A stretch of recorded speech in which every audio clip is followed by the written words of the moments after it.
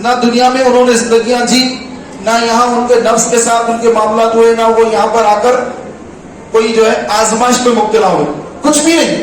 میدان محشر میں آئیں گے تو بالکل جو ہے جیسا ہم نے یہاں زندگیاں گزاری 50 سال 60 سال 70 80 سال، تو میدان محشر میں جب آئیں گے تو ان کی عمریں 60 70 سال کی ہوں گی. مگر وہ دنیا میں نہیں آئے تھے، بس ان کی روح بنائی گئی، ان کو جسم دے کر دنیا میں بھیجا نہیں گیا. ویسے لوگ آئیں گے تو اللہ تبارک و تعالیٰ عز و جل ان کو وہاں پر ان کی روحوں کو جسم عطا فرما کر 60 70 سال کی عمر کے بنا کر، کیونکہ دنیا میں انسان 60 70 سال کا رہتا ہے، تو پھر اس کے بعد پھر ان کو پھر جوانی دے دے گا اللہ تبارک و تعالیٰ. وہیں پر 30 سال کے دکھیں گے، کیونکہ دنیا والے بھی وہاں پہ 30 سال کے نظر آئیں گے، تو پھر ان کو جو ہے داخل جنت ہونے کا حکم دے دے گا. سارا مجمع دیکھ رہا ہے کہ بس ان کی روحیں تھی، پھر انہیں جسم بنائے گئے، جسم میں روحوں کو داخل کیا گیا، 60 30 سال کے نظر آ رہے ہیں اور داخل جنت ہو رہے ہیں. نہ دنیا میں آئے، نہ وقت پہ نماز پڑھنا ہے، فجر میں اٹھنا ہے، روزے رکھنا ہے. اور یہ جتنی ہمارے ساتھ جتنی آزمائشیں ہیں کہ ہر معاملے میں صبر کرنا ہے، درگزر کرنا ہے. پھر ایمان کا خطرہ الگ لگا ہوا ہے کہ شیطان ایمان نہ چھین لے، اس کا خوف الگ ہے. خوف ایمان جانے کا ڈر جو ہمیں لگا ہوا ہے کہ میرے ساتھ پتہ نہیں کیا ہوگا، شیطان پہ میرا ایمان نہ چھین لے، میں کہیں آنے والے دنوں میں کوئی مصیبت پہ نہ پڑ جاؤں. یہ ہمارے ساتھ جتنے چیزیں لگی ہوئی ہیں ان پر یہ کوئی چیزیں نہیں ہوں گی. وہ بس 30 سال کے داخل جنت ہو رہے ہیں. تو پیارے بھائیوں، تو کیا وہ منظر ہوگا اور وہ کیسے خوش نصیب لوگ ہوں گے. نہ دنیا میں آئے، نہ دنیا میں انہوں نے کوئی نمازیں پڑھی، نہ کوئی روزے رکھے، نہ اعتکاف کیا، کچھ بھی نہیں کیا. میدان محشر میں آ رہے ہیں، داخل جنت ہو رہے ہیں. تو مولا تبارک و تعالیٰ جس کو چاہے ایسا بھی داخل جنت فرما دے.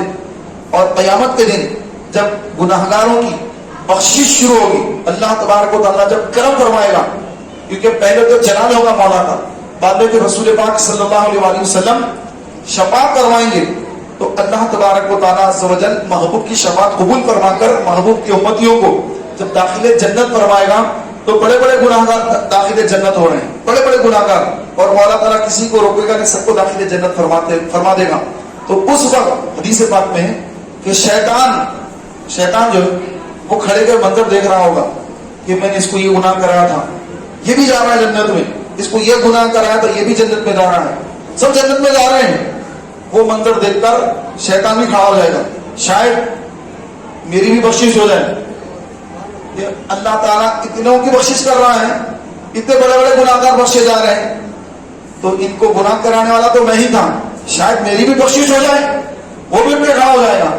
لیکن پیارے بھائیوں، اللہ تبارک و تعالیٰ شیطان کو نہیں بخشے گا، اور اللہ فرمائے گا کہ اے ملعون، اے خبیث، اے شیطان، کہ تو نے پہلے میری نافرمانی کی کہ تو نے آدم کو سجدہ نہیں کیا، آدم کو تو نے سجدہ نہیں کیا، تو اب میں تجھ کو دوبارہ موقع دیتا ہوں. آدم کو جنت سے بلایا جائے گا. اللہ فرمائے گا کہ میں آدم کو بلاؤں گا، تو یہاں پر آدم علیہ السلام کو سجدہ کر لے تو تیری بخشش کر دوں گا. تو شیطان کہے گا کہ اے اللہ، جب تو نے آدم کو بنایا تھا اس وقت تو نے سجدے کا حکم دیا تھا، تو جب میں پہلی بار ہی سجدہ نہیں کیا تو اب بھی سجدہ نہیں کروں گا. پہلی بار بھی سجدہ نہیں کیا، آج بھی سجدہ نہیں کروں گا. تو اللہ تبارک و تعالیٰ عز و جل فرمائے گا کہ تجھے جہنم ہی پہ جانا ہوگا، تیرا ٹھکانہ جہنم ہی ہے. تو پیارے بھائیوں، یہ شیطانی جو فطرت ہوتی ہے انسان کی، بعض انسان بھی شیطان کی خصلت آ جاتی ہے ان کے پاس، ضد پہ بیٹھ جاتے ہیں، نہیں، روڑی کا نقصان ہوتا ہے. شیطان اس کو اللہ تعالیٰ پھر موقع دے گا میدان محشر میں بھی، لیکن وہاں پر بھی وہ اپنی ضد پر قائم ہے کہ میں پہلی مرتبہ سجدہ نہیں کیا آدم کو. تو اندازہ لگا کہ آدم علیہ السلام سے اور ان کی اولاد سے شیطان کو کتنی دشمنی ہے. سامنے دیکھ رہا ہے ایک طرف جہنم میں لوگ گر رہے ہیں، ایک طرف لوگ جنت میں جا رہے ہیں، وہاں پر وہ دیکھ رہا ہے، اور اللہ اس کو پھر موقع دے رہا ہے کہ سجدہ کر لے، ابھی بھی تیری بخشش کر دوں گا، تجھے داخل جنت کر دوں گا، سجدہ کر لے آدم کو. تو وہاں پر بھی کہے گا کہ نہیں. تو بعض لوگ کسی کو معاف کرنے کے لیے کہا جائے نہیں، ضد پہ آ جاتے ہیں، اڑ جاتے ہیں، نہیں بولے اس کی تو دشمنی ہے، تو میرے پیارے بھائیوں اس طرح جو ہے کسی بات پر اڑ جانا اور جو ہے ڈھیٹ بن جانا یہ شیطانی فعل ہے. اور مسلمان جو ہوتا ہے وہ مسلمان جب درگزر کی بات آتی ہے تو وہ درگزر سے کام لیتا ہے تاکہ اللہ تعالیٰ بھی اس کے ساتھ درگزر کا معاملہ فرمائے. تو میرے پیارے بھائیوں آدم علیہ السلام جنت میں ہیں اور ان کا دشمن باہر جہنم میں جانے والا ہے. اور آپ بعض لوگوں کے ذہن میں آتا ہے کہ بھائی شیطان جو ہے آگ کا بنا ہوا ہے, پھر آگ میں ڈالیں گے تو اس کو کیا فرق پڑے گا, وہ تو آگ کا ہی ہے. آگ میں ملے تو کیا ہوگا, اگر کوئی آگ ہے اس میں اور تھوڑی کوئی آگ بڑھ کے لگا دے تو آگ کو کیا فرق پڑے گا. تو کسی بزرگ سے ایک صاحب نے پوچھا, سوال کیا, تو انہوں نے جواب دیا کہ انسان کس چیز کا بنا ہے, لیکن انسان تو مٹی کا بنا ہوا ہے. آپ نے فرمایا ٹھیک ہے یہ مٹی کی اینٹ ہے, میں لے کے اس کا سر پہ دے مارتا ہوں, کیا مار لگے گا یا نہیں. آپ بولے کہ نہیں حضرت مار لگے گا اس کو. تو بولے کہ ایسا ہی ہے جس طرح تم ایک مٹی کے ڈیلے سے اینٹ سے تمہارا سر جب پھٹ جائے گا, اسی طرح شیطان اگرچہ کہ وہ آگ کا بنا ہوا ہے لیکن جب اس کو آگ میں ڈالا جائے گا, جہنم کی آگ میں جب اس کو ڈالا جائے گا تو وہ جہنم کی آگ میں جلے گا اور اس کو تکلیف پہنچے گی. تو میرے پیارے بھائیوں شیطان جو ہے وہ انسان کا اس قدر دشمن ہے کہ وہ قیامت کے دن بھی وہاں پر بھی اپنی دشمنی پر قائم رہے گا. تو آپ اندازہ لگائیں کہ وہ ہمارا کتنا بڑا دشمن ہے, اور ہمیں جہنم میں لے جانے کے لیے بھرپور اس کا جو ہے اس کا کام ہی یہ ہے کہ کسی طرح سے میں مسلمان کو گناہگار بناؤں اور اس کے بعد اس کا ایمان سلب کرنے کے لیے اس کے ایمان ہی کو برباد کر دوں کہ اس کے موت کے وقت اس کا ایمان ہی سلامت نہ رہے. تو وہ بھرپور کوشش میں رہتا ہے اور ہر بار وہ مسلمان کے دل میں وسوسے ڈالتا رہتا ہے. تو میرے پیارے بھائیوں شیطان سے بچنا کیسا, بزرگوں نے فرمایا کہ اگر آپ چاہتے ہیں کہ شیطان کے شر سے بچیں, اگر لشکر کے لشکر شیطانوں کے اگر آدمی کو گمراہ کرنے آئے تو ایک وظیفہ بتایا گیا کہ اگر مسلمان اس وظیفے کو صبح فجر کے وقت پڑھ لے, فجر کے وقت صبح صادق کے وقت فجر کے وقت اگر اس وظیفے کو پڑھ لے گا تو اس دن شیطانوں کے لشکر بھی آ جائیں تب بھی اس کو گمراہ نہیں کر سکتے, اس کو وسوسہ نہیں ڈال سکتے, اس کو بہکا نہیں سکتے. ہاں آگے فرمایا گیا ہاں اگر اس کا نفس گناہ کرے تو الگ بات ہے. جیسے رمضان ہے, سرکش شیاطین قید میں ہیں پھر بھی انسان گناہ میں ہے. کیوں؟ نفس امارہ, یہ ہمارا جو نفس ہے یہ نفس ہمیں گناہ کی طرف ابھار رہا ہے. یہ وہ غلط کام کر رہا جو ہمارا جی چاہ رہا ہے, شیطان نہیں کر رہا ہے, ہمارا اندر کا نفس کر رہا ہے. نفس امارہ جس کو کہا گیا جو ہمیشہ گناہ کی طرف بلاتا ہے, ہمیشہ شہوت کے گناہ کی طرف بلاتا ہے. آرام طلبی, سستی, کاہلی, نمازوں سے جی چرانا, وقت پر عبادت سے جی چرانا, یہ جو ہے ہمارے نفس کے اندر بھرا ہوا ہوتا ہے. اگر اس کا نفس اگر گناہ کی طرف اگر اس کو راغب کرے تو الگ بات ہے, لیکن اگر شیطانوں کے لشکر بھی آ جائیں تب بھی اس کو کوئی نقصان نہیں پہنچا سکتے. تو کرنا کیا ہے, وظیفہ کیا ہے؟ فرمایا وظیفہ یہ ہے کہ فجر کے وقت پر 10 مرتبہ سورہ اخلاص پڑھ لیا جائے. سورہ اخلاص قل هو اللہ احد, اس کو 10 مرتبہ کب پڑھنا ہے؟ فجر کے وقت پڑھنا ہے, صرف 10 مرتبہ فجر کے وقت پر. اگر کوئی یہ سورت پڑھ لے قل هو اللہ احد والی تو سبحان اللہ, شیطان کے لشکر بھی آ جائیں تب بھی پیارے اسلامی بھائیوں اس کو نقصان نہیں پہنچا سکتے. تو آپ بھی نیت فرما لیجیے کہ انشاءاللہ تبارک و تعالی ہم بھی روزانہ جب فجر کی نماز پڑھتے ہیں تو فجر کی نماز کے وقت پر جیسے سلام پھیرا تو ہم انشاءاللہ تبارک و تعالی دیگر جو وظائف وغیرہ پڑھتے ہیں, سبحان اللہ وغیرہ, الحمدللہ, لا الہ الا اللہ وغیرہ پڑھتے ہیں, اللہ اکبر پڑھتے ہیں, تسبیح فاطمہ وغیرہ پڑھتے ہیں, اس کے ساتھ ساتھ ہم 10 مرتبہ سورہ اخلاص بھی پڑھ لیں تاکہ شیطان کے شر سے محفوظ رہ سکے. تو انشاءاللہ تبارک و تعالی اگر یہ عمل کریں گے تو پیارے بھائیوں انشاءاللہ تبارک و تعالی ہماری حفاظت رہے گی. اپنے دوست احباب کو بھی ہم ان باتوں کو شیئر کرتے رہیں, ان کو بتاتے رہیں تاکہ ہمارے دوست احباب, ہمارے جان پہچان والے بھی شیطان کے مکر و فریب سے محفوظ رہ سکیں. کیونکہ پیارے بھائیوں شیطان جو ہے انسان کے جسم کے اندر جس طرح خون, انسان کے جسم میں جس طرح خون جو ہے دوڑتا ہے, اسی طرح شیطان بھی جسم کے اندر دوڑتا ہے. تو آقا علیہ السلام نے فرمایا بھوک کے ذریعے شیطان کے راستوں کو مسدود کر دو، راستے اس کے چھوٹے کر دو.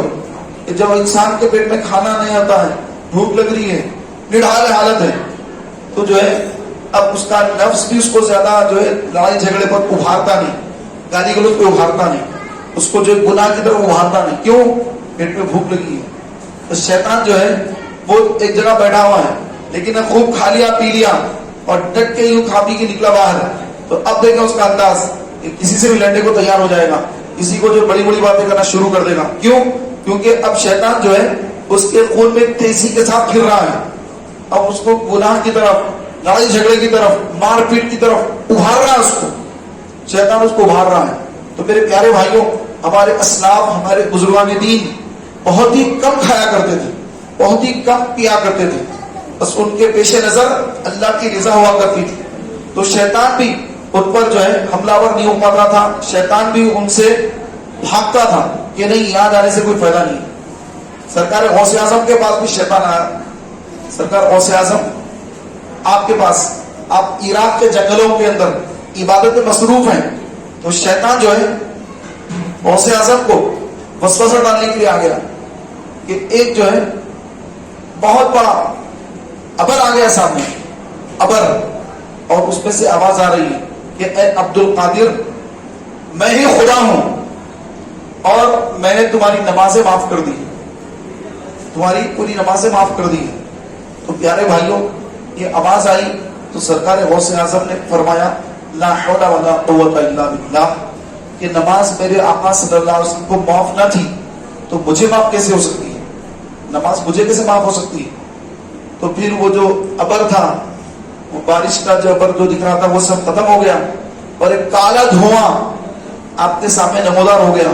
اس میں سے شیطان نکل آیا اور آ کر کہنے لگا کہ اے عبد القادر، آج تمہارا علم تمہیں بچا لیا، ورنہ اس مقام پر میں نے 70 ولیوں کی ولایت چھین لی.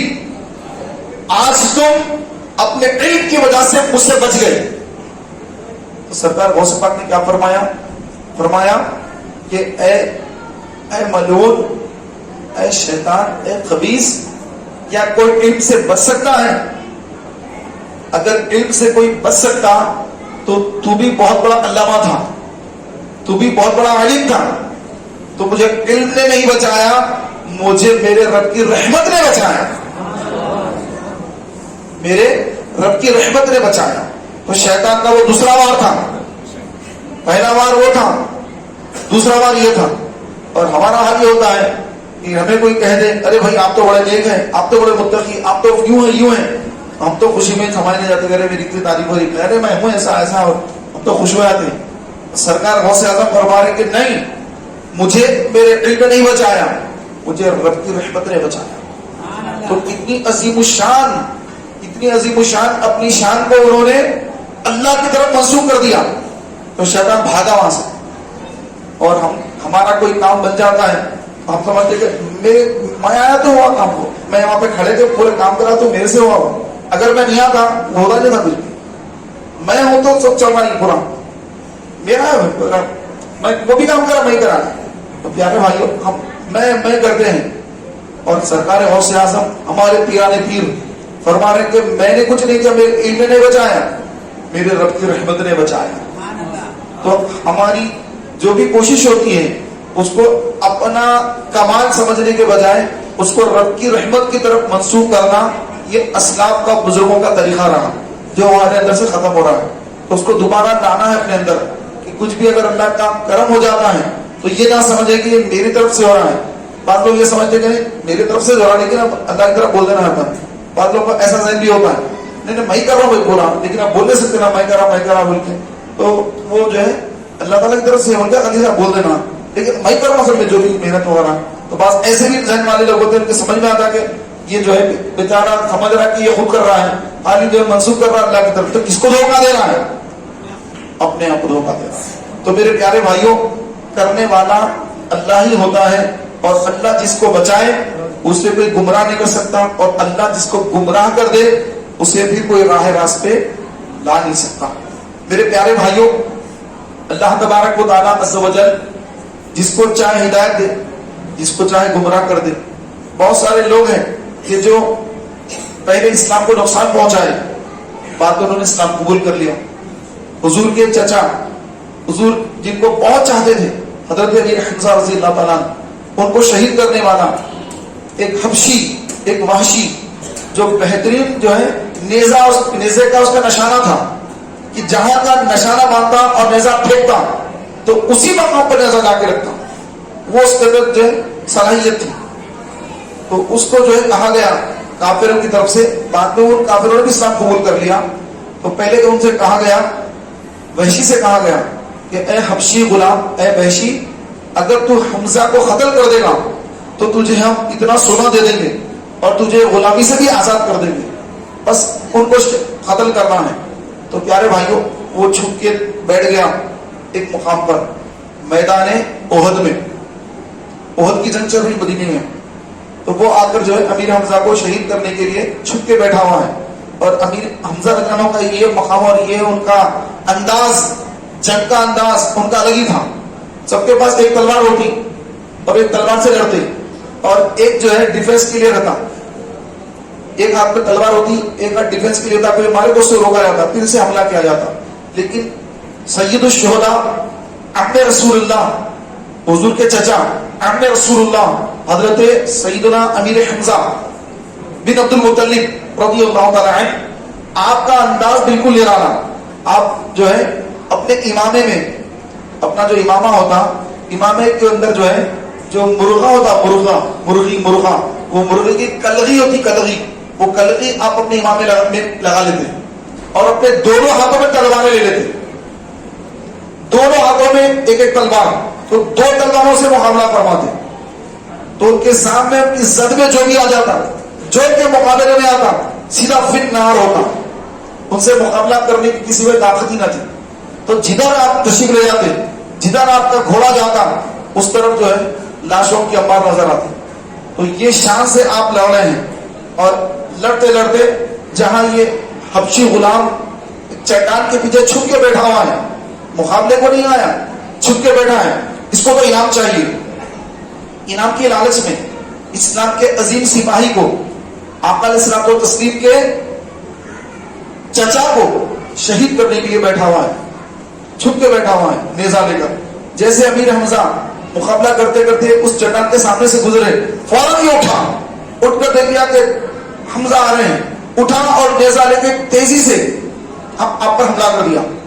تو اس کا نشانہ بڑا اچھا ہوا کرتا تھا، نشانہ صحیح باندھتا تھا، تو سیدھا امیر حمزہ رضی اللہ تعالیٰ کے سینے مبارکہ میں آ کے لگا اور پیٹ سے باہر نکل گیا.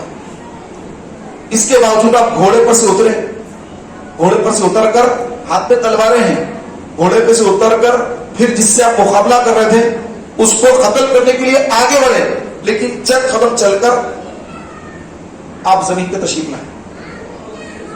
آپ زمین پہ تشریف لائیں، نیچے زمین پہ تشریف لے آئے. اس کے بعد آپ جو ہے زخمی ہو گئے، کیونکہ وہ جو نیزہ تھا وہ آر پار ہو چکا تھا. اس کے بعد آپ نے وہاں پر ہی جامع شہادت پی لیا، شہید ہو گئے. شہید ہونے کے بعد اس کو بہت زیادہ انعام ملا. پھر تو نے اتنے بڑے ہمارے دشمن کو مار دیا، کافروں نے اس کو بڑا انعام دیا. اور اس کے بعد ہندا نام کی خاتون تھی، بعد میں انہوں نے اسلام قبول کیا. ہندا ہی نے کہا تھا کہ ان کو قتل کرنا، تو وہ آئی اور آ کر انہوں نے چمبیا نکالا، چھری نکالی، نکال کر امیر حمزہ کے کانوں کو کاٹا، ناک کو بھی کاٹا، اعضائے بدن کو کاٹا، یہاں تک کہ چھرا جو ہے سینے مبارکہ پہ مار کر سینہ چاک کر دیا.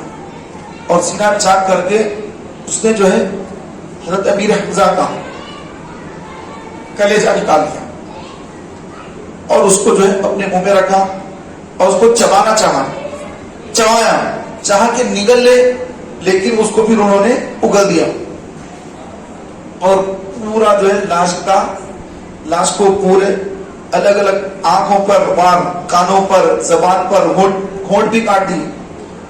پورا جسم کا مسئلہ کیا گیا، اس کو مسئلہ کہتے ہیں. یعنی میت کو، لاش کو، ڈیڈ باڈی کو ہر جگہ سے کاٹ دینا، اس کو اسلام میں مسلح کیا گیا. رسول پاک علیہ السلام نے مسلح کرنے سے حرام فرمایا، منع فرمایا کہ اگر تم کسی کافر کو بھی قتل کرو تو قتل کرنے کے بعد اس کو چھوڑ دو، اس کے جسم کو جا کر کاٹو مت. لیکن اس زمانے میں لوگوں کی دشمنیاں اتنی زیادہ ہوتی کہ جب لاش پڑی ہو، ایک لاش پڑی ہوئی ہے، آپ نے اس کو تو ختم کر دیا، اب لاش پڑی ہوئی ہے تو دشمنی اس قدر شدت اختیار کی ہوتی ہے کہ وہ اب اس کے لاش کے بھی جو ہے اعضاء کو کاٹ دیتے تھے. تو اس خاتون کے دل میں اتنی زیادہ میرے حمزہ سے دشمنی تھی کہ اس نے سینہ مبارکہ کاٹ کر کلیجہ مبارکہ نکال کر اس کو بھی چبا دیا، نگل نہ سکی، پھر اس کو جو ہے اگل دیا، چھوڑ کے چلی گئی. تو اس کے بعد رسول پاک صلی اللہ تعالیٰ علیہ وسلم اپنے چچا کی لاش پر تشریف لے آئے.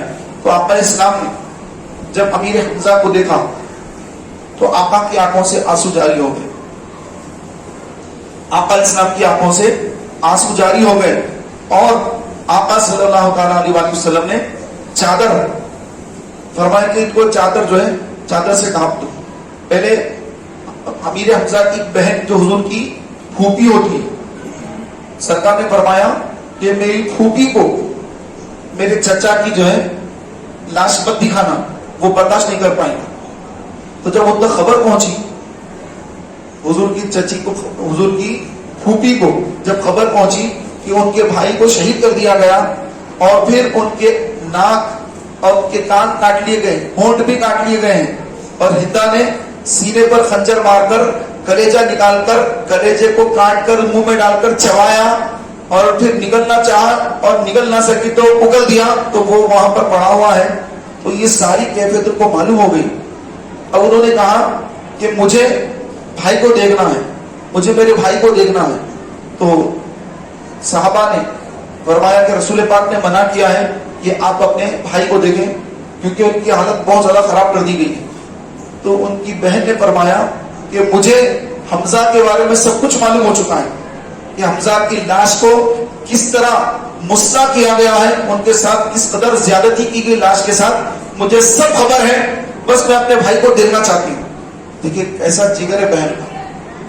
تو پیارے بھائیوں، ان کو لایا گیا میدان احد میں، اور جہاں پر امیر حمزہ رضی اللہ تعالیٰ عنہ کی لاش مبارکہ تشریف فرما ہے، تو وہاں ان کی بہن آئی اور آ کر دیکھا کہ لاش کے جو ہے بالکل اس قدر اس کو جو ہے کاٹ دیا گیا، سینہ چیر دیا گیا، کلیجہ کاٹ دیا گیا. وہ منظر دیکھا، آنکھ میں آنسو آئے کیونکہ بہن ہے، آنکھ میں آنسو آئے. اور اس کے بعد جو ہے پھر آپ نے 2 چادریں لائی تھی، 2 چادریں لا کر آپ نے کہا کہ یہ چادر میرے بھائی کی لاش پر اڑا دو. دیکھ کر کیا پڑھا؟ انا للہ و انا الیہ راجعون، اتنا پڑھا.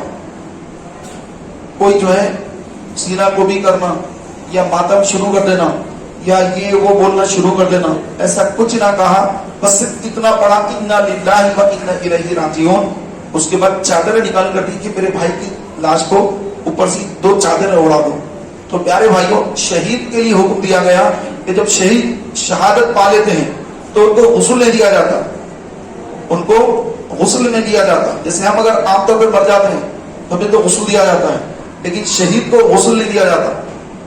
تو قیامت کے روز وہ اسی حال میں اٹھیں گے اور ان کے جسم پہ جو خون لگا ہوگا وہ خون تازہ ہوگا، اور وہ اس حال میں اٹھ کے آئیں گے میدان محشر میں، اور ان کے خون سے خوشبو آ رہی ہوگی، اور اہل محشر کہیں گے کہ دیکھو یہ شہداء آ رہے ہیں، یہ وہ لوگ ہیں جنہوں نے اپنی جانیں اللہ کی راہ میں قربان کر دی تھی، یہ شہداء میدان محشر میں آ رہے ہیں. تو اس شان سے وہ لوگ آئیں گے، وہ شہداء آئیں گے کہ خون تر و تازہ جسم سے بہ رہا ہے اور وہ اپنے لباس میں ملبوس، اور پورا ان کا لباس خون سے تر بتر، تو ان کو کفن وغیرہ نہیں دیا جاتا. تو پیارے بھائیوں، چادر اڑا دی گئی حضرت امیر حمزہ کی لاش مبارکہ پر، اور اس کے بعد ان کو جو ہے جہاں پر جنگ ہوئی، جہاں پر آپ شہید ہوئے، اسی مقام پر ان کی تدفین عمل میں لائی گئی. رسول پاک علیہ السلام نے آپ کا جنازہ پڑھا. کتنی مرتبہ پڑھا؟ 70 مرتبہ جنازہ پڑھا. رسول پاک نے 70 مرتبہ جنازہ پڑھا، اور ان کی جو تدفین وہیں پر عمل میں لائی گئی. تو تو جو حاجی لوگ ہیں جو عمرے پر جاتے ہیں مدینے کو جاتے ہیں, ہمارے جاوید بھائی بھی مدینے شریف کی حاضری دیے ہوئے ہیں. آپ میں سے ماشاءاللہ آپ لوگوں نے بھی حاضری دی ہوگی. احد کے پاس آپ گئے ہوں گے, امیر حمزہ کی بارگاہ میں بھی اپنی حاضری دی ہوگی. تو یہ وہی جگہ ہے جہاں پر آپ کو شہید کیا گیا تھا, اور اس کے بعد جو ہے پھر اس کے قریب میں آپ کی تدفین عمل میں لائی گئی, اور آج نجدی حکومت نے وہاں پر پہرا لگا دیا, جانے سے طرف سے باؤنڈری گھیر دی کہ وہاں کوئی نہیں جانا. لیکن الحمدللہ اس کے باوجود عاشق رسول, عاشق اہل بیت رسول الحمدللہ وہاں پر جاتے ہیں اور امیر حمزہ رضی اللہ عنہ کی بارگاہ میں حاضری دیتے ہیں, ان کی بارگاہ میں سلام پیش کرتے ہیں. کیوں؟ آقا صلی اللہ علیہ وسلم بھی ہفتے میں ایک مرتبہ امیر حمزہ رضی اللہ تعالی عنہ کی قبر پر تشریف لے جاتے اور زیارت قبور فرماتے. تو آقا علیہ السلام نے فرمایا کہ حمزہ جو میرے چچا ہے, امیر حمزہ نامی امیر حمزہ ان کا, جو میرے چچا امیر حمزہ کے مزار پر ان کی قبر پر آئے اور سلام کہے تو میرے چاچا امیر حمزہ رضی اللہ تعالی عنہ اس کے سلام کا اس کو جواب دیں گے, اس کو سلام کا جواب دیں گے.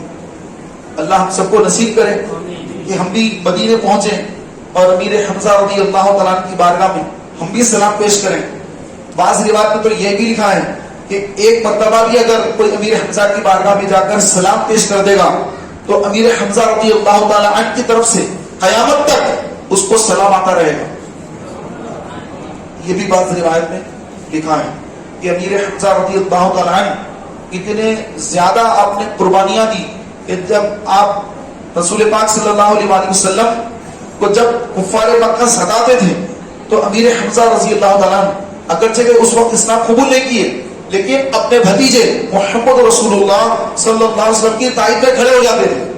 ایک مرتبہ ابو جہل نے حضور کو بہت ستایا, تکلیف پہنچائی, یہاں تک کہ رسول پاک کو خونہ خون کر دیا, لہو لہان کر دیا.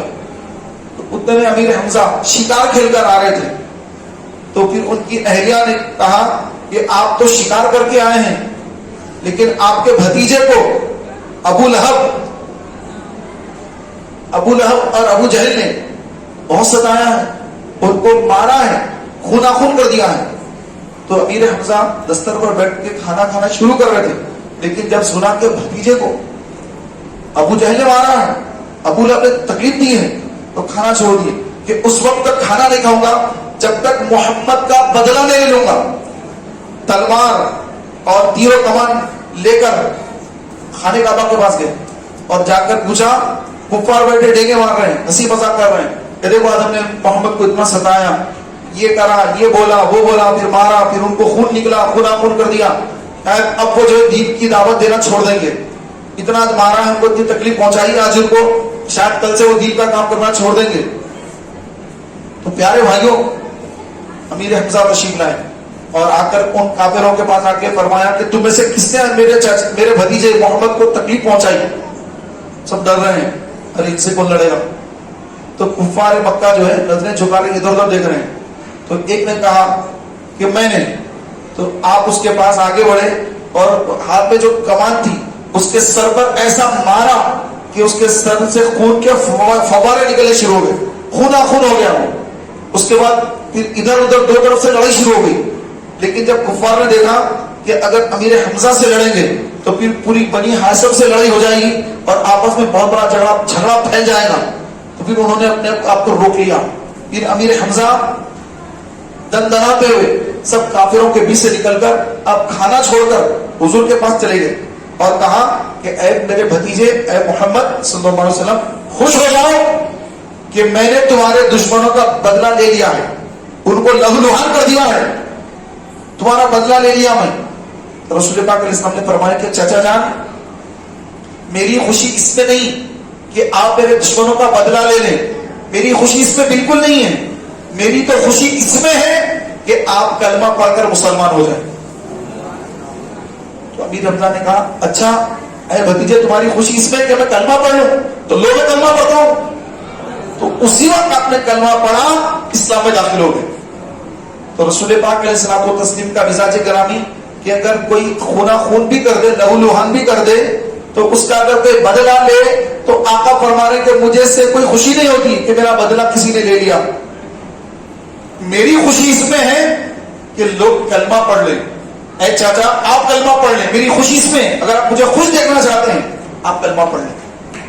تو امیر حمزہ نے اسی وقت کلمہ پڑھا, اسلام میں داخل ہو گئے.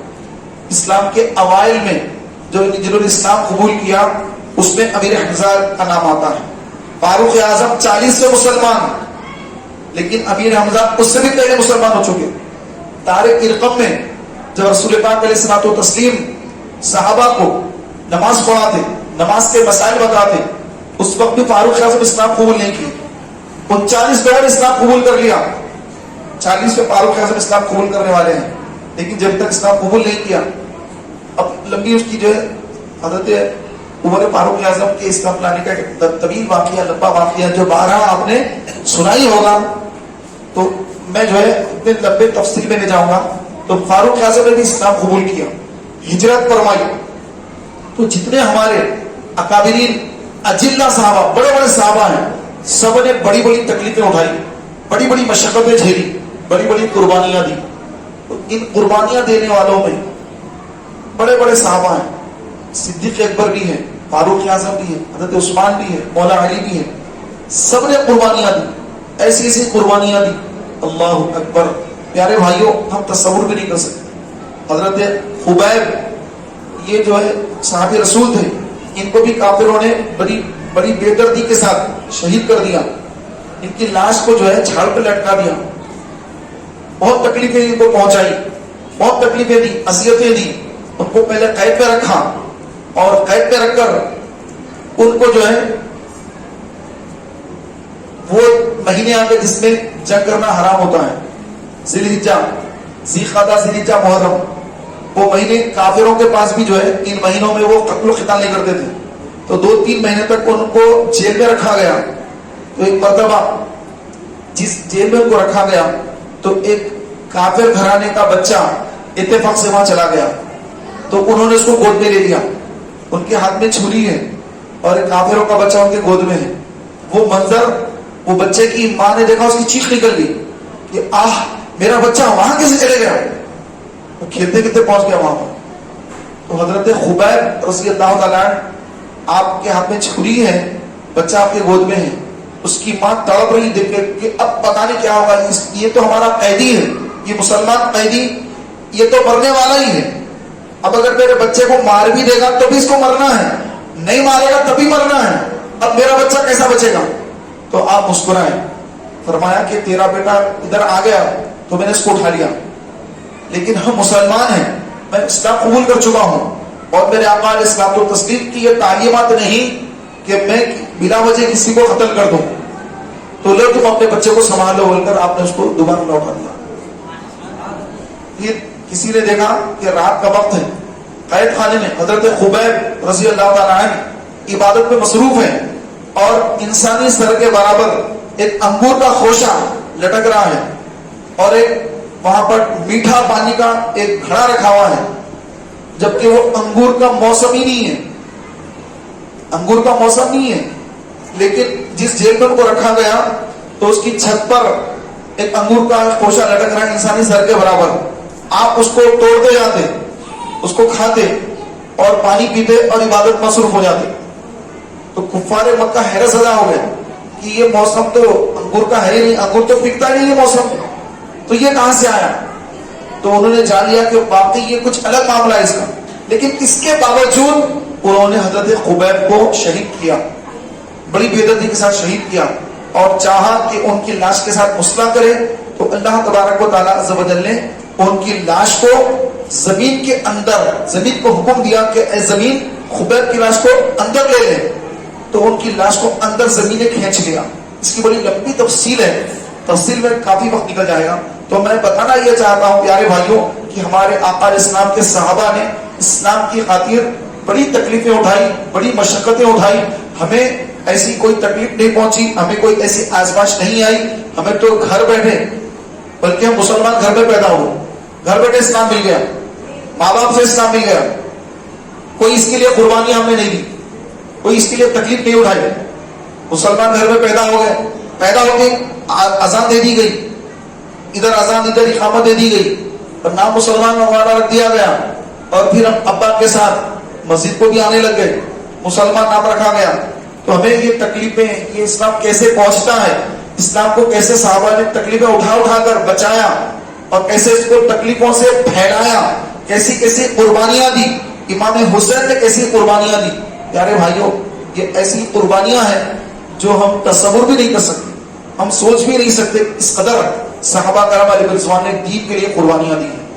ہم کچھ بھی اس کے قربانی کو تیار ہیں. ہم تو نمازیں پڑھنے کو تیار ہیں. یہ کوئی قربانی نہیں نماز پڑھنا، یہ اپنے آپ کو جہنم سے بچانے والا کام ہے. اسلام کو پھیلانے کا کام ہم نہیں کر رہے ہیں.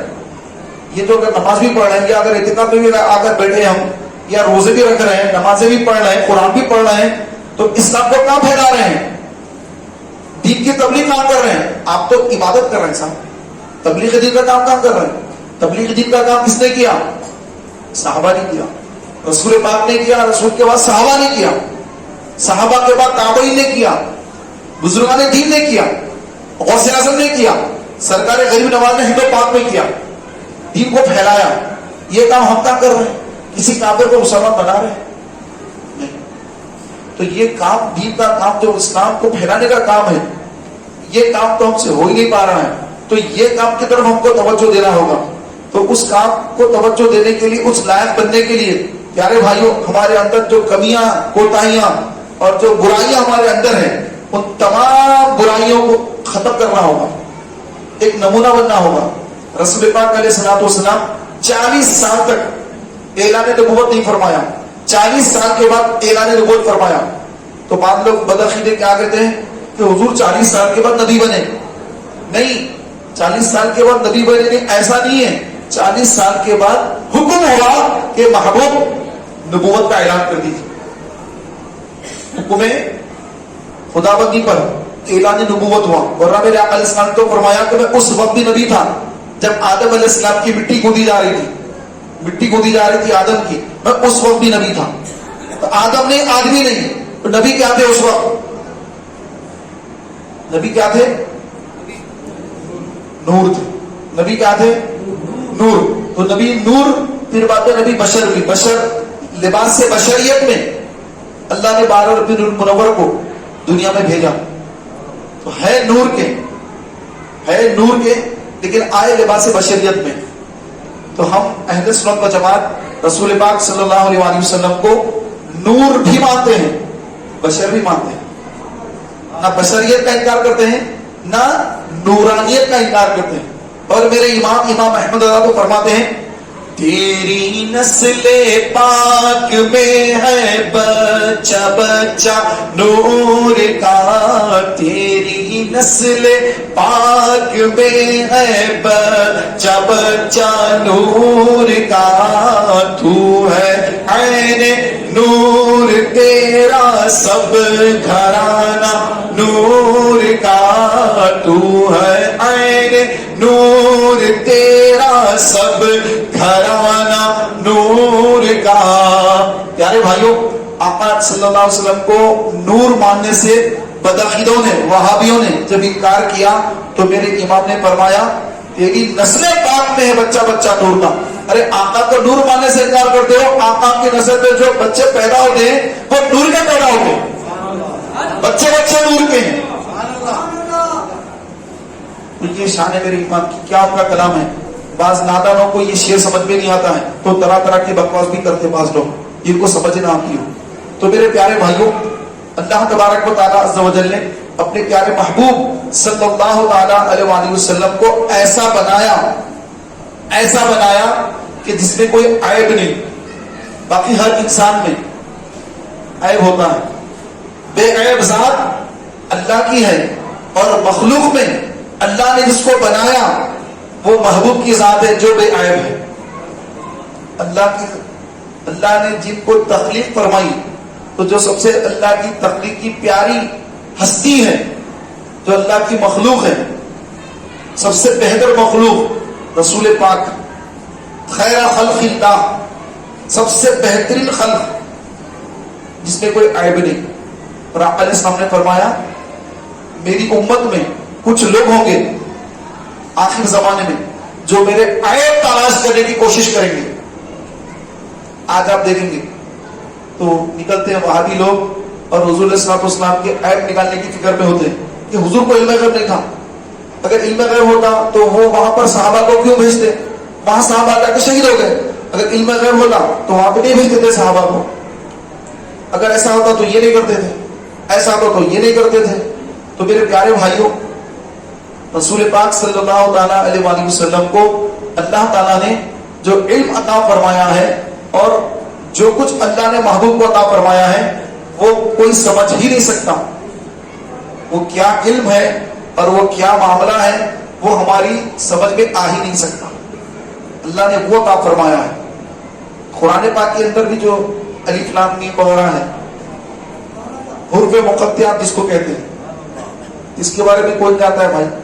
کوئی نہیں جانتا سوائے رسول پاک کے. اللہ نے بھیجا, رسول نے جان لیا. جبریل علیہ السلام ان کو بھی نہیں معلوم کہ اس میں کیا معنی نکلتے ہیں, ان کو بھی نہیں معلوم. یاسین بھی ہے, طٰہٰ بھی ہے, الف لام صاد, الف لام را, الف لام میم صاد, یہ حروف مقطعات. اس کا علم کس کو ہے؟ کسی کو نہیں. اللہ کو معلوم, اللہ کے بتا سے اللہ کے رسول کو معلوم. تو میرے پیارے بھائیوں, ہم وہ ہیں جو رسول پاک صلی اللہ علیہ وآلہ وسلم کی تعظیم اور تکریم کرنے والے, اور آقا صلی اللہ تعالیٰ علیہ وآلہ وسلم کی شان جو اللہ نے محبوب کو عطا فرمائی, ہم اس کو سننے, اس کو بیان کرنے, اس کو پڑھنے والے ہیں, اس کو پھیلانے والے ہیں. ہم بدخیرہ کی طرح نعوذ باللہ یہ نہیں کہ رسول پاک کو یہ نہیں تھا, رسول پاک جو ہماری طرح بشر تھے ایسا تھے, نعوذ باللہ اس طرح کی جو گفتگو ہے تو یہ ایمان کو برباد کر دیتی. انسان کا ایمان, مسلمان کا ایمان ہی چلا جاتا ہے اگر رسول پاک کی ذات کے تعلق سے نعوذ باللہ کوئی غلط لفظ بولا. یہاں تک کہ فرمایا گیا کہ اگر کوئی یہ کہے کہ حضور کے کپڑے میلے تھے کہے گا کافر ہو جائے گا. حضور صلی اللہ علیہ وآلہ وسلم کے نالے پاک کو اگر کوئی حضور کی جوتیاں کہے گا کافر ہو جائے گا. تحقیر کا اگر شائبہ بھی آ گیا, تحقیر کرنا یعنی نعوذ باللہ عزت کو کم کرنے کا اگر شائبہ بھی آ گیا, حضور صلی اللہ علیہ وسلم کے نالے پاک کو اگر معاذ اللہ جوتیاں کہا تو کافر ہو جاتا ہے انسان. حضور صلی اللہ علیہ وسلم کی کسی سنت کا مذاق اڑائے گا, مذاق, تو کافر ہو جائے گا.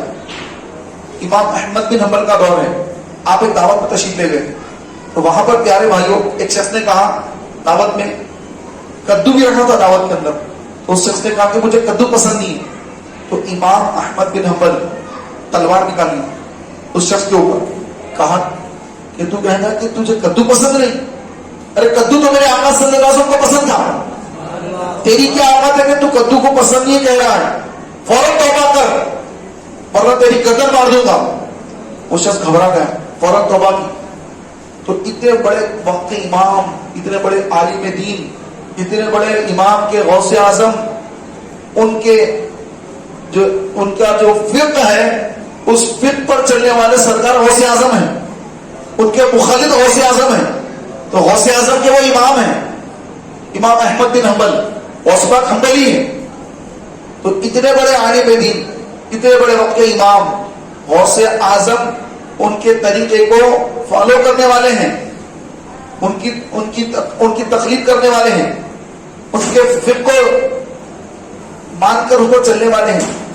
تو وہ امام کہہ رہے کہ تلوار نکال کے فرما رہے کہ توبہ کر. تو تم کدو کے بارے میں کیسا کہا کہ مجھے کدو پسند نہیں, کدو تو حضور کو پسند ہے. تو میرے پیارے بھائیوں, آج جو ہم احتیاطی میں کئی باتیں بول جاتے ہیں, نہ جانے کیسی کیسی باتیں ہماری زبانوں سے نکل جاتی ہیں, ہمیں خبر ہی نہیں ہوتی. اللہ ہمارے ایمان کی حفاظت فرمائے.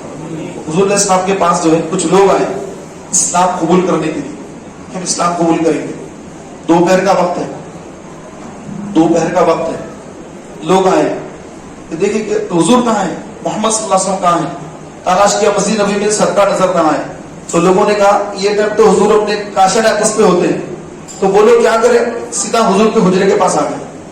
حجرے کے پاس آ کر اب باہر ٹھہر کر حضور کو پکارا, اے محمد, اے محمد, یا محمد. دروازے کے باہر, گھر کے باہر, حجرے کے باہر ٹھہر کر پکار رہے حضور. تو اللہ نے سورت نازل فرمائی سورہ حجرات، اور اس میں یہ فرمایا کہ ان میں سے بعض وہ جاہل ہیں کہ جو اے محبوب آپ کو حجرے سے باہر سے پکارتے ہیں، ان کے لیے تو بہتر یہ تھا کہ وہ آپ کے آنے کا انتظار کرتے، آپ کے باہر آنے کا انتظار کرتے، لیکن ان میں اکثر جاہل ہیں، تو اللہ کو ان کا ایمان لانا اتنا پسند نہیں آیا کہ وہ تو آئے تھے ایمان لانے، لیکن اللہ تعالیٰ ان کے ایمان لانے کو پسند نہیں فرما رہا ہے۔ وہاں اللہ کیا فرما رہا ہے کہ وہ تو جاہل ہے کہ میرا محبوب تو آرام کر رہا ہے، تم باہر ٹھہر کے میرے محبوب کا نام لے کے پکارتے ہو، تم جاہل ہو، تمہارے تو بہتر یہ تھا کہ تم انتظار کرتے کہ میرا محبوب اٹھ کر جب باہر آتا تو تم اس کی بارگاہ میں جا کے اسلام قبول کرتے، کہ تم باہر سے پکارتے ہو۔ تو میرے پیارے بھائیوں، آپ سورہ حجرات نکال کر ترجمہ پڑھنے کے کے لیے بہت سارے قرآن پاک کے ترجمے وغیرہ رکھے ہیں، آپ پڑھے اس کے اندر کہ اللہ تبارک و تعالیٰ عز و جل کو یہ بالکل پسند نہیں کہ محبوب کا نام لے کر کوئی باہر سے پکارے، جیسے کوئی دوست کے جا کے گھر پہ آ کے ٹھہر کے پکارتا ہے، عبدالرحمان، عبدالرحیم، عبدالکریم، فلاں فلاں پکارتا ہے تو دوست گھر سے باہر آ جاتا ہے۔ تو یہاں پہ ایسا معاملہ نہیں ہے، وہ اللہ کے محبوب ہیں، اور تم اگر ان سے ملنا چاہتے ہو تو ایسا باہر ٹھہر کر ان کو پکارو مت، انتظار کرو۔ تو اللہ نے یہ تعلیم دی، ڈائریکٹ اللہ تبارک و تعالیٰ محبوب کی جب تعظیم کی بات آ گئی تو اللہ تعالیٰ سورۃ الحجرات نازل فرما کر لوگوں کو یہ سکھا رہا ہے کہ اس طرح سے مت پکارنا، اس طرح سے مت پکارنا کہ تم جاہل ہے، تمہیں پتا نہیں۔ یہ ایک معاملہ۔ پھر ایک یہ کہ رسول پاک صلی اللہ علیہ وسلم تشریف فرما ہے اور آپس میں بہت سارے لوگ بیٹھے ہوئے، بیٹھے آپس میں گفتگو کرتے کرتے بات چیت جو اونچی آواز ہو گئی، کچھ لوگ ادھر بیٹھے کچھ ادھر بیٹھے ہوئے، جبکہ حضور جلوہ فرما ہے، بیٹھ کے آپس میں بات کر رہے ہیں، جیسے اپنی مسجد میں بھی ہوتا ہے اکثر، تھوڑے بھائی ادھر بیٹھے رہتے کونے سے، ادھر بیٹھ کے جو باتیں کرتے رہتے، یہاں پہ کچھ چلتا رہتا ہے، ادھر بھی لوگ باتیں کرتے رہتے، تو یہ جلدی سمجھ میں آتا اپنے، ایسا ہوتا اپنے پاس۔ تو وہاں پر سرکار تشریف فرما تھے اور آپس میں صحابہ کچھ گفتگو کر رہے تھے، تو گفتگو کرتے کرتے صحابہ کی آواز جو ہے ذرا اونچی ہو گئی، آواز صحابہ کی اونچی ہو گئی، تو اللہ تبارک و تعالیٰ عز و جل نے قرآن کی آیت نازل فرما دی، اے ایمان والو اپنی آواز کو نبی کی آواز پر بلند نہ کرو، کہیں تمہارے اعمال اکارت نہ ہو جائیں، تمہیں خبر بھی نہ ہو۔ یا ایھا الذین آمنوا لا ترفعوا اصواتکم فوق صوت النبی، اے ایمان والو اپنی آواز کو نبی کی آواز پر بلند نہ کرو کہ تمہارے اعمال اکارت ہو جائیں گے، تمہیں خبر تک نہ ہوگی۔ جب یہ آیتیں نازل ہوئی تو وہ صحابہ گھبرا گئے، ارے یہ تو ہمارے تعلق سے آیتیں نازل کی، ہم تو برباد ہو گئے، ہم تو تباہ ہو گئے۔ تو پیارے بھائیوں، آقا صلی اللہ علیہ وسلم نے ان کو تسلی دی کہ یہ جو تمہارے لیے نہیں ہے، ان کو تسلی دی۔ تو ایک صحابی روتے ہوئے آ گئے، بولے کہ یا رسول اللہ میں تو آپ کی بارگاہ میں کئی مرتبہ بلند آواز میں بات کیا، کیونکہ مجھے سنائی کم دیتا ہے، جب مجھے کم سنائی دیتا ہے تو میں اونچی آواز میں بولتا ہوں، تو آپ کی آواز سے میری آواز کبھی کبھی اونچی ہوگی تو میں تو منافق ہو گیا، میں تو ہلاک ہو گیا۔ تو آقا علیہ السلام نے فرمایا کہ نہیں، تم ان میں سے نہیں ہو، تم ان میں سے نہیں ہو، ان کو تسلی دی آقا علیہ السلام۔ تو یہ حکم دیا گیا کہ جب نبی تشریف فرما ہو تو اپنی آوازوں کو اونچا مت کرنا۔ اور آج بھی مدینے میں میرے آقا صلی اللہ علیہ وسلم استراحت فرما ہے، مسجد نبوی شریف علی صحابۃ الصلاۃ والسلام میں آج بھی آقا علیہ السلام استراحت فرما ہے۔ تو جو مسجد نبوی شریف میں حضور کے روضے کے پاس جائیں تو علماء لکھتے ہیں کہ حیات ظاہری حیات طیبہ میں جس طرح نبی کا ادب اور احترام تھا، آج بھی ان کا ادب احترام اسی طرح کیا جائے۔ اگر تھوڑی سی بھی وہاں پہ ادب احترام میں کمی ہوگی، ایمان اکارت ہو جائے گا اور خبر بھی نہ ہوگی، خبر بھی نہ ہوگی۔ کیا مطلب؟ اس کی تفسیر میں مفسرین لکھتے ہیں کہ خبر نہ ہوگی کا کیا مطلب؟ خبر نہ ہوگی یہ ایک عذاب ہے اللہ کا۔ کیسا؟ پہلے تو اعمال اکارت کر دی اللہ نے، جتنی نیکیاں تھی ساری نیکیاں برباد ہو گئی، اس کا ایمان چلا گیا۔ اب اس کو اللہ توبہ کی توفیق بھی نہیں دے گا، اس کو خبر نہیں ہوگی، خبر ہوگی تو وہ توبہ کرے گا، اس کو خبر ہی نہیں ہوگی۔ وہ سمجھے گا میں تو برابر کام کر رہا تھا, کچھ نہیں ہے, کر سکتے ایسا. ارے رسول کا دربار ہے, آواز پست کر, اگر کوئی اس کو آواز میں کہے نہیں نہیں ایسا کر سکتے بول کے جو ہے وہ ڈٹا رہے گا. کیوں؟ کیونکہ اس کے اعمال تو برباد ہو گئے, اس کو خبر بھی نہیں, اللہ اس کو خبر بھی نہیں کر رہا ہے, خبر نہیں ہو رہی اس کو, ہدایت نہیں مل رہی اس کو. اگر خبر ہوتی تو اس کو سمجھ میں آتا کہ میں تو بہت بڑی غلطی کر دیا, مجھے تو توبہ کرنا چاہیے, تو اس کو توبہ کی توفیق نہیں ہو رہی ہے. سمجھ رہے ہیں بات کو؟ توبہ کی توفیق نہیں ہو رہی اس کو, اعمال اکاوٹ کر دیے گئے. اب توبہ اگر کرے گا تو پھر اس کے اعمال اچھے ہو سکتے ہیں, لیکن اللہ تبارک و تعالیٰ اس کو خبر ہی ہونے نہیں دے رہا ہے. وہ تو سمجھ رہا کہ میں تو کوئی غلط کام کرا ہی نہیں, تو توبہ کیوں کروں, تو وہ ڈٹا ہوا ہے. تو میرے پیارے بھائیوں, آج بھی بہت سارے ایسے آپ کو نظر آئیں گے لوگ جو حضور صلی اللہ علیہ وسلم کے روضہ انور پر جب جاتے ہیں, حج پر یا عمرے پر گئے, پھر مدینے کی زیارت کو گئے, تو وہاں جا کر ہاتھ میں موبائل ہے, ہاتھ میں موبائل ہے, اور موبائل سے جو ہے حضور صلی اللہ علیہ وسلم کے روضہ انور کی جالیوں کی جو ویڈیوگرافی کر رہے ہیں, اور پیٹھ بتا کر, سنہری جالیوں کو پیٹھ بتا کر سیلفی لے رہے ہیں.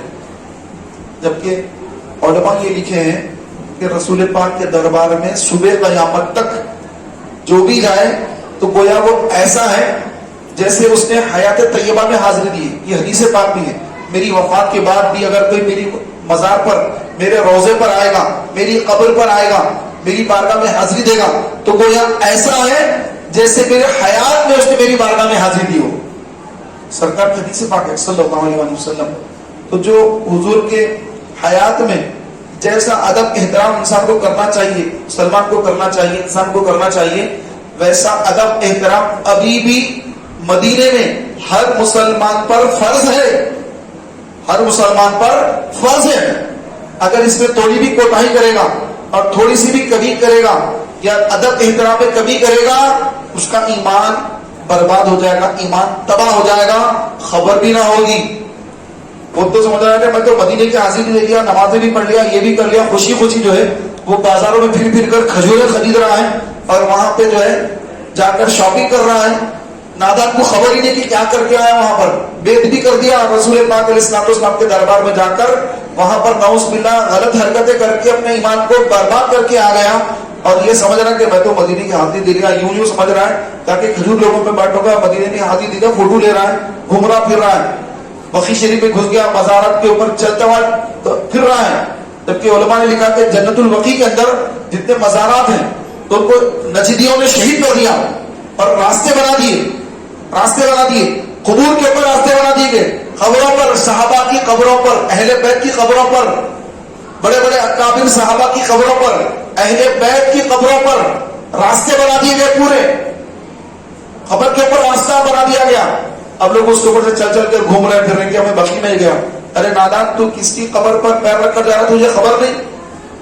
علماء نے لکھا ہے کتابوں میں کہ جب تم مدینے کی حاضری کو جاؤ, بقی شریف پر جاؤ, تو اندر داخل نہ ہونا, باہر ٹھہر کر سلام عرض کرنا, باہر سے فاتحہ پڑھنا, اندر داخل مت ہونا کہ کہیں تمہارا کوئی قدم, تمہارا پیر نعوذ باللہ کسی صحابی کی مزار پر نہ پڑ جائے.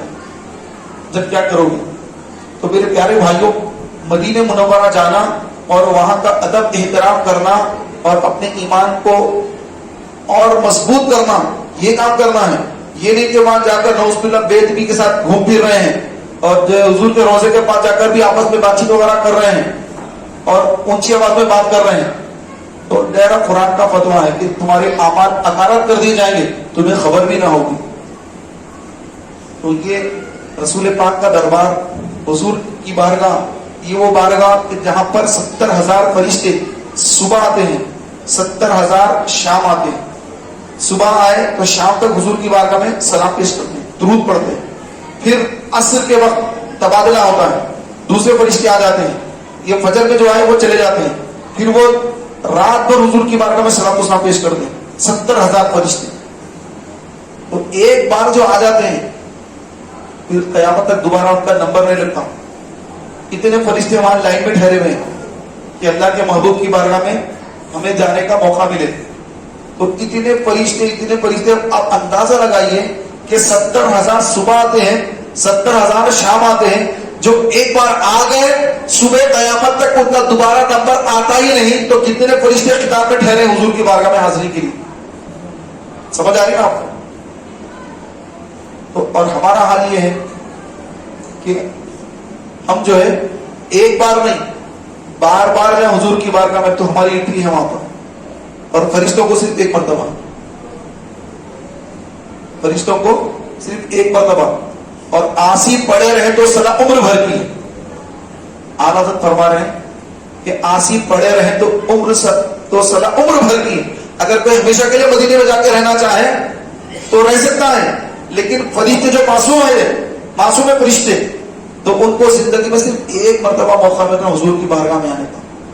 تو پیارے بھائیوں، کیا مقام مصطفیٰ بھی ہے، کیا مقام اللہ نے محبوب کو عطا فرمایا ہے، کون سمجھ سکتا ہے؟ سرکار علیہ السلام نے فرمایا کہ میرا مقام، میرا مرتبہ میرے رب کے سوا کوئی نہیں جانتا، جبریل بھی نہیں جانتے، ابو بکر بھی نہیں جانتے میرا مقام کیا مقام ہے میرا، سوائے رب کے کوئی نہیں جانتا۔ تو میرے پیارے بھائیوں، اس نبی صلی اللہ علیہ وسلم کے طریقے، ان کی سنتیں بہت بے مثل و بے مثال سنتیں ہیں، ان کو اپنانے والا بڑا خوش نصیب ہوتا ہے۔ اللہ ہمیں ان کی محبت عطا فرمائے، ان کی آل پاک کی محبت عطا فرمائے، ان کے طریقے سے یعنی ان کی سنت سے محبت عطا فرمائے۔ آمین بجاہ نبی امین صلی اللہ تعالی علیہ وآلہ وسلم۔ اللہ تبارک و تعالی مجھے، آپ کو، ہم سب کو رسول پاک صلی اللہ تعالی علیہ وآلہ وسلم کی محبت عطا فرمائے، اور عشق رسول میں جینا، عشق